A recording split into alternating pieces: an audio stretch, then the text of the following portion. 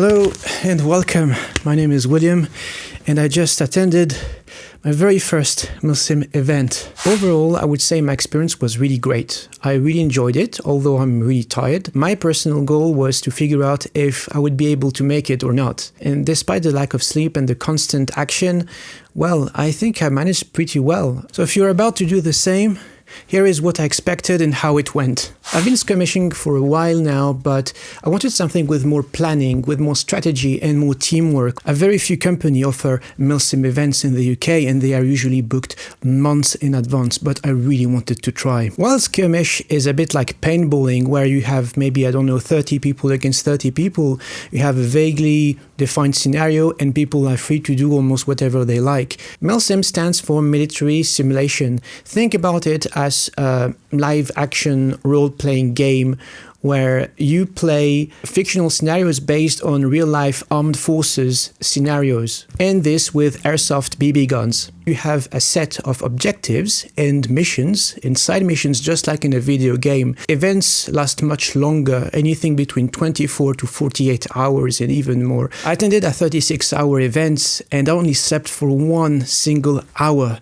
because it's game on for 36 hours without interruptions, day and night. Usually you have two sides, you have NATO and the others. So you can have missions such as hostage rescue, intel gathering, patrolling, recon, and like any kind of possible mission you can imagine. Usually the playing fields are much larger, while in skirmish we roughly know where the adversary will come from and what to expect. In Milsim, you can be walking for hours and hours without encountering any enemy and without exchanging any fire. You have hiking, you have like trekking, camping, walking long hours at night, and you have teamwork, you have precision shooting, that's to say.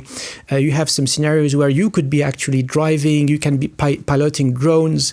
It's one of the most comprehensive hobbies I've ever come across. The key thing about Milsim is endurance. You're not going to sleep very well, not very much. You're not going to eat much. You're going to walk for long hours and sometimes at night. And if you don't have night vision devices, it's going to be in the complete darkness. So it's a challenge for the senses. It's a challenge for the body. It's a challenge for the mind. I was not expecting to sleep at all.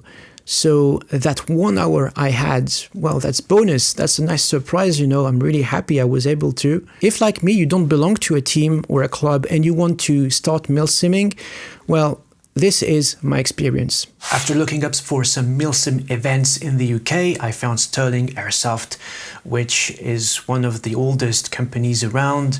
So after booking my event, I went through the rules and the list of equipment so I can prepare my own, and a few days later I got an email to join the WhatsApp group. So I am on the WhatsApp group now and there are 77 participants. That's a lot.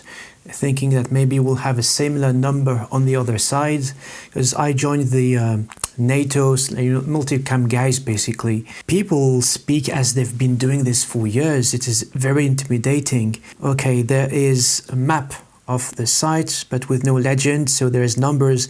It can be respawn points, it can be patrol bases, I have no idea. And what? You have to bring gas masks. Well, I'm lucky, I have one, but that's some intense role play. If they have like gas attack scenarios, that's wow, okay, let's see. But I have so many questions. Where and when do you sleep? Where and when do you eat? And what's this call sign thing? I'm not familiar with British military vocabulary.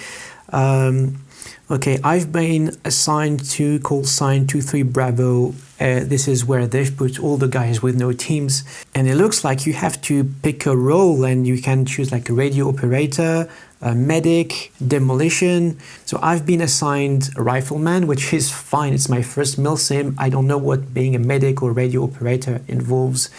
The simplest is the better for me.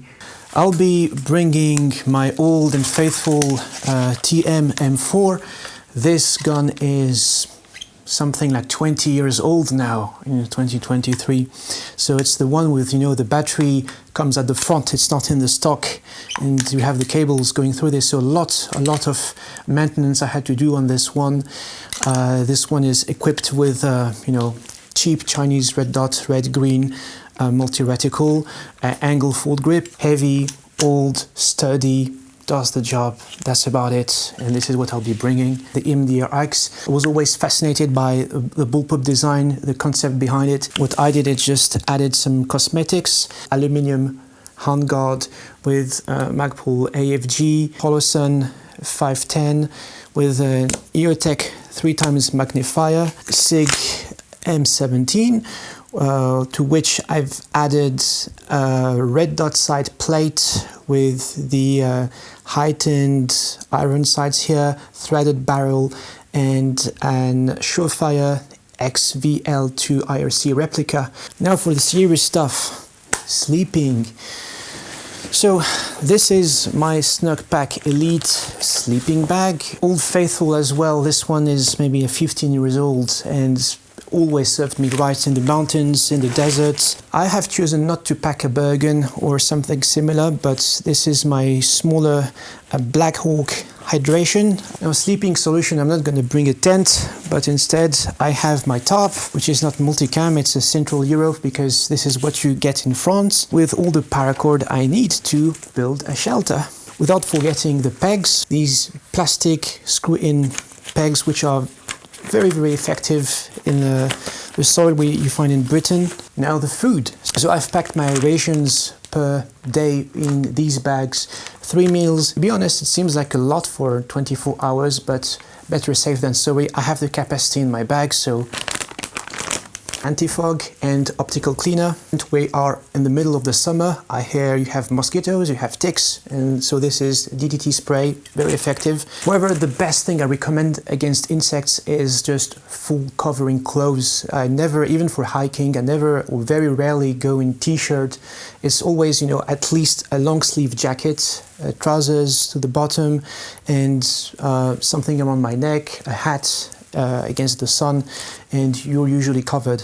The sleeping mat, and that's my pack. Sleeping, food, everything fits in it. Gas, BBs, speed loaders, eye protection, ear protection.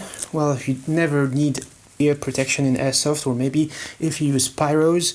So these are Sword-in Supreme Pro X. This is what I use for real life competition shooting. Here is the carrier I'll be bringing. It's attached to the trousers for convenience reasons. Don't ask me, don't judge me about this. This is what works for me. First aid kit, headlight with a red filter. So I'm not doing radios, but still, I just want to monitor the conversations on the radio. Throat microphone. So I know there is controversial opinions about the throat microphones. Sometimes people say you cannot hear distinctly what people say. I think it's a matter of habit and how you position it. It is a French vest from the brand called OPEX. And it is just one of the most comprehensive vests I've ever seen in terms of modularity, in terms of features it offers.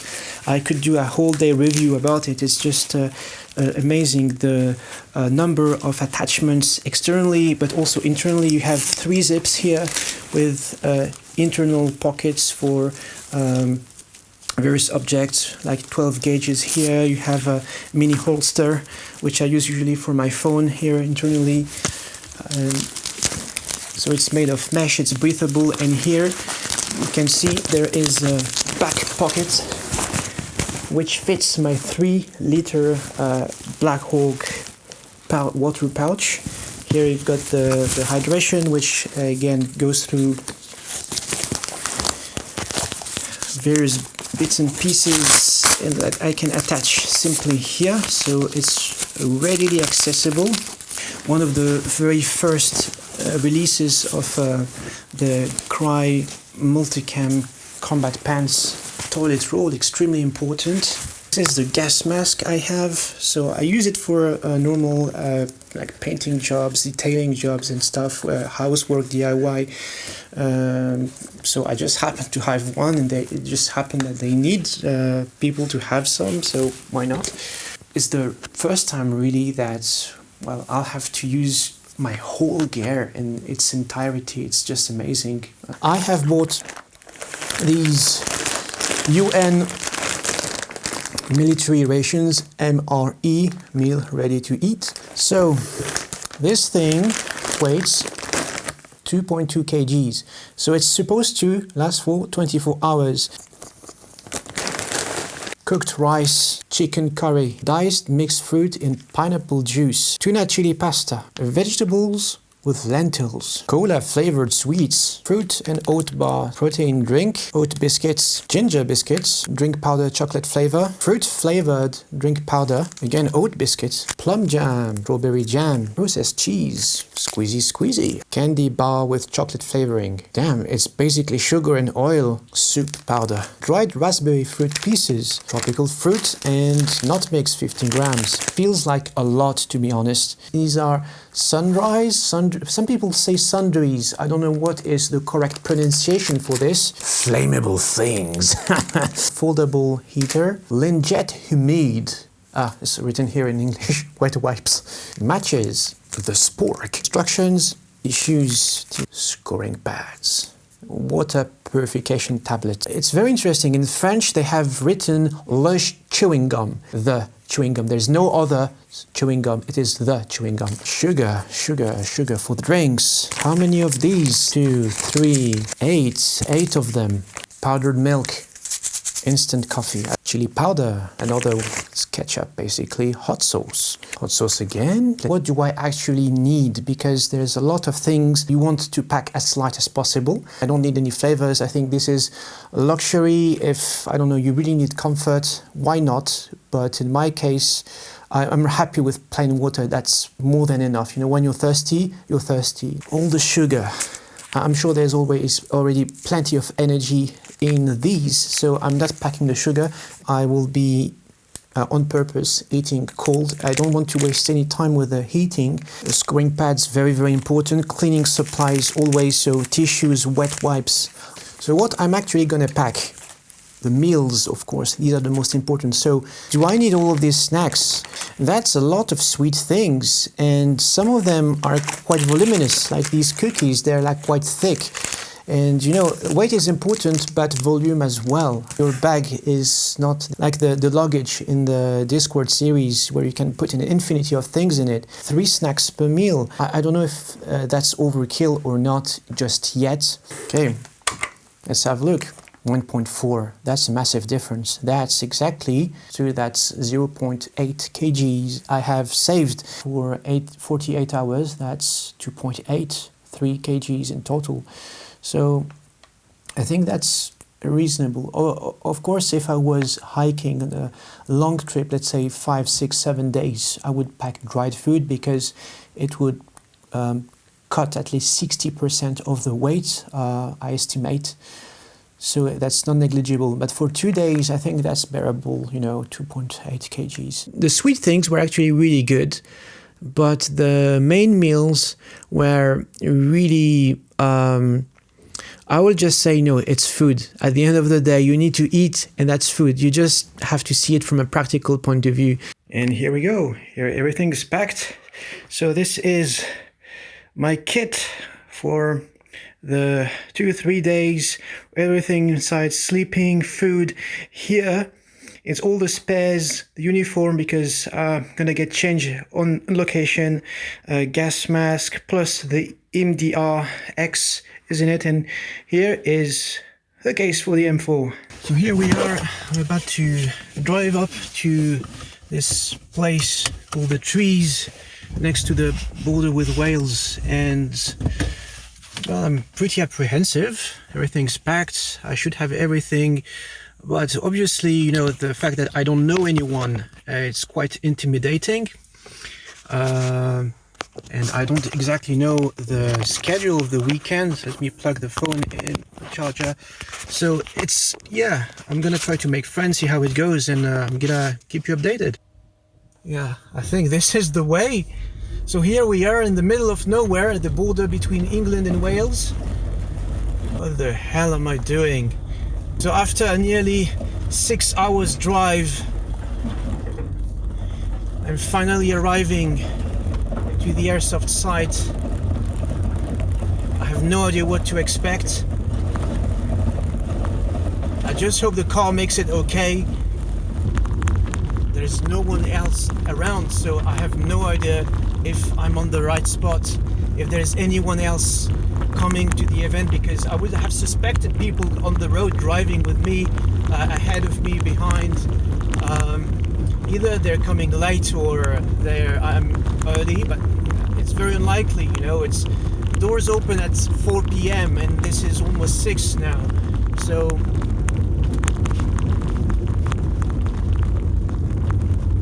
aha, we've got one vehicle ahead. Are they lost? Maybe they're like me. This is the first time and they have no idea where they are. And this guy seems quite confident on the road, so maybe it's not their first time. Okay, looks like, yeah, there's military gear. So I just arrived, parked the car. Someone from the staff took my equipment and just transferred me to the patrol base, where I found out that I would be sleeping in a tent, which was a luxury. I was expecting, you know, to sleep in the woods, on the ground. A tent was a bit muddy, so people have usually foldable beds. But you know, with my tarp and my mattress, it went fine. You know, it's maybe a bit of dust and dirt, but nothing more. You know, nothing really alarming. The team was quite nice, you know, you can be in your own corner doing your own things. I didn't find, at least in my team, I didn't find there was a huge play of egos. It was really chilled, you know, it's very consensual, people, it was very informal. We had our missions, we would do our things, but I didn't feel any like big egos, which is something I really, really appreciated. People at the end of the day, they know it's a game. You get involved only as much as you can. When we arrived on site and I got to set up my kit for the night, then we were taken to the front operating base, the FOB, for the briefing, safety briefing, and then the game briefing. You're responsible for your own kit. Stirling Airsoft cannot be held responsible for kit lost, stolen or damaged. 4 guys from 3-2 Alpha, and 6 guys from 3-2 Bravo. Operation Minotaur, 28th to 30th of July 2023. The story was like, you know, we were the NATO stationed in Sudan, and you had some insurgents in the Chad, and they were trying to disrupt Sudan's politics and the civilian population, so they would run incursions into Sudan, and there was also the Wagner group involved. But our goal was to do, you know, was more defensive and try to secure the whole area. We had VIPs to hit, we had some chemical weapons to get hold of. We had to secure the border, secure our own bases. Whether you succeed or not at your different missions, it has an impact on the subsequent games. For example, if there's a hostage to release, and whether you succeed or not to release that hostage, you may find you may have to release them in the next game, or they may play a role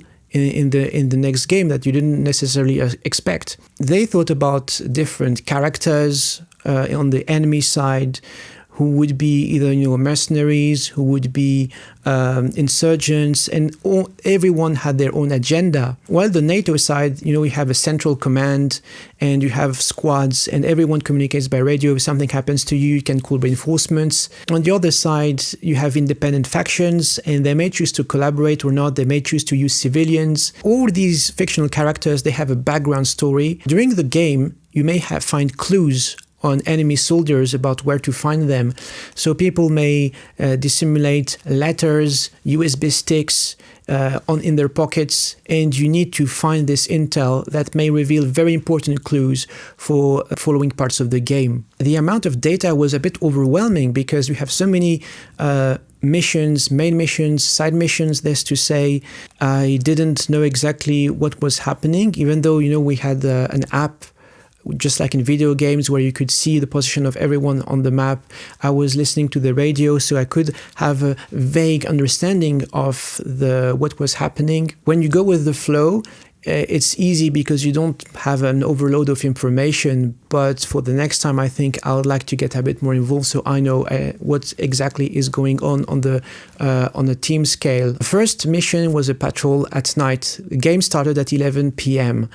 and it was cloudy, so outside of open areas it was pitch black, especially when you go into the woods. Of course, lots of players had nods, so night observation devices or night vision goggles, if you like. Things that for just one tube costs between £3,000 and £4,000. It's the price of a small second-hand car. It's crazy. Some people may rent them. I didn't have any of these during the first night. So I was basically following the team, trying to use my peripheral vision to figure out like what was moving and where. But there were areas where I just couldn't see further than, let's say, 30 centimeters. A few minutes into the patrol, we stumbled upon an enemy group who was patrolling as well. But again, in complete darkness, you have no idea what's happening. You see bursts of torchlight. We had an exchange of fire. I just lie down and prone and try to just figure out what the hell was happening. In the other side, the enemies, they use nods as well, which means they are in complete darkness. They're not going to flash some lights to tell you their position or anything. You have to figure out by yourself. So my aim was, just stay low and not to get shot. So after the exchange stopped, we just, counted our casualties, counted the enemy casualties, and searched them for intel. Then we found a few things. So the night ended, let's say, at around like 4:30 in the morning. And this is where people got to sleep until 9:30. So the people in my team fell asleep right away. And me, because of the adrenaline and whatever, because my rhythm was very different, I just couldn't fall asleep. So I just, closed my eyes and waited for time to pass. And I woke up, but I was fine, And the following day, the routine was kind of the same. During the morning, we got to actually keep an eye on the base. So just, keep an eye from the outside to see if there was like any enemy movement in the woods or along the ways. We could see people use their drones to monitor the surrounding areas. The entrance this morning, make sure no one comes through the front door. Yeah, I can do that. Yeah, just literally, they've set up a lovely little basher for you as well, just in case it rains. So you just, all I would do is I'd just have a little look up here, have a little look about, see if you can see anything along the tree line down there, anything coming down there. If you can't see anything, just get back in there and just have a little wander up and down. Do you know what I mean? We got sent in a patrol up the hill, which was facing the base. So we had to intercept like 3-4 enemy combatants who were approaching the base. Someone in our team heard something, so we laid down. I got shot first thing. I got hits, and same as at night, although it was daytime, I couldn't see where the hell are they? Where are they shooting from? So eventually I got medicked, and we got to eliminate the threats, search them, and go back to the base. Later on, I was on the tower, again, trying to spot the surrounding areas for any enemy movement. And first thing that happens, I got shot again. I got then medicked, and I was able to resume the game, take a DMR that was sitting in the tower and shoot some people while lying down on the floor. But the level of skill and tactic people displayed during this game was, I would say, really decent compared to whatever I've seen before. In terms of sleep and eating, I just got to eat whenever I could and sleep whenever I could. I mean, just lie down. I couldn't fall asleep really until the second night. And the thing is, you just wake up and you straight have to be ready and go onto a patrol or something like that. It's literally eat, sleep, and action. That's it. As simple as that. I only got to shoot one mag during the 36 hours, which tells you how much your time is spent walking, patrolling, observing, organizing. The engagement distances were very short because it was in the woods. So I would say maximum 40, 50 yards at most.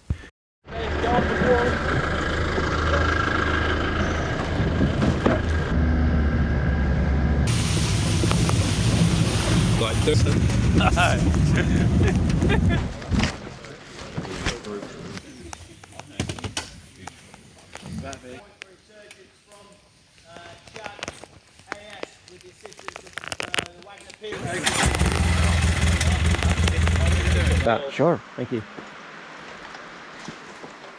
I just finished my first Milsim and now about to pack and go back home. So yeah, it's been 36 hours. We just went through the debriefing and yeah, overall I think over prepared, which is very good. I am much less tired and sleep deprived as expected, even if I only slept for maybe 1 or 2 hours maximum.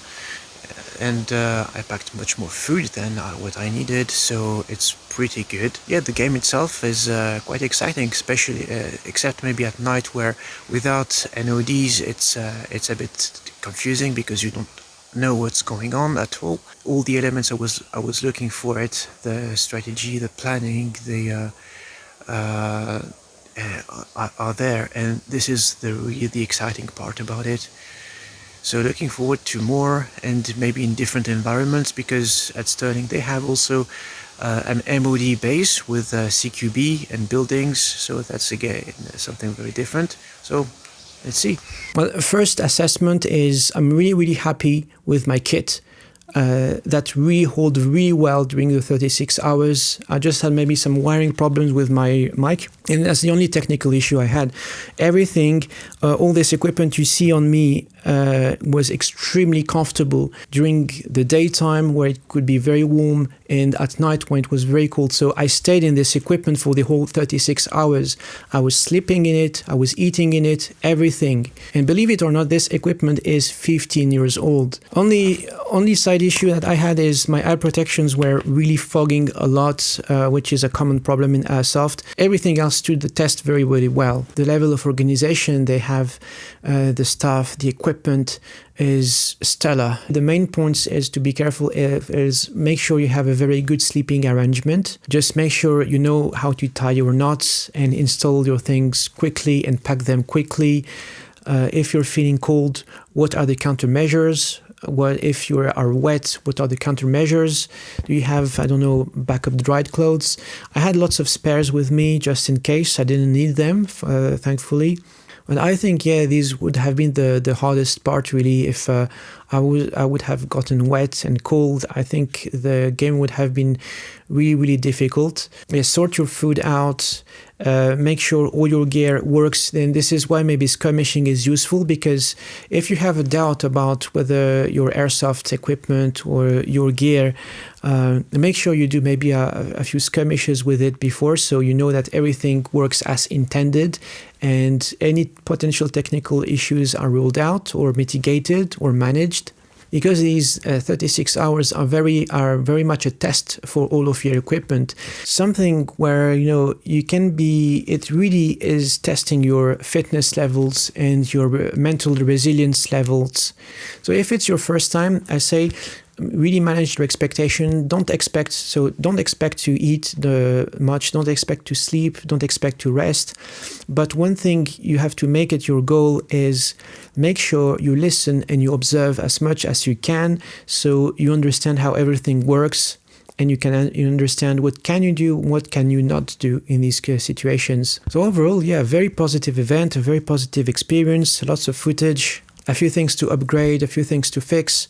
But looking forward to next time.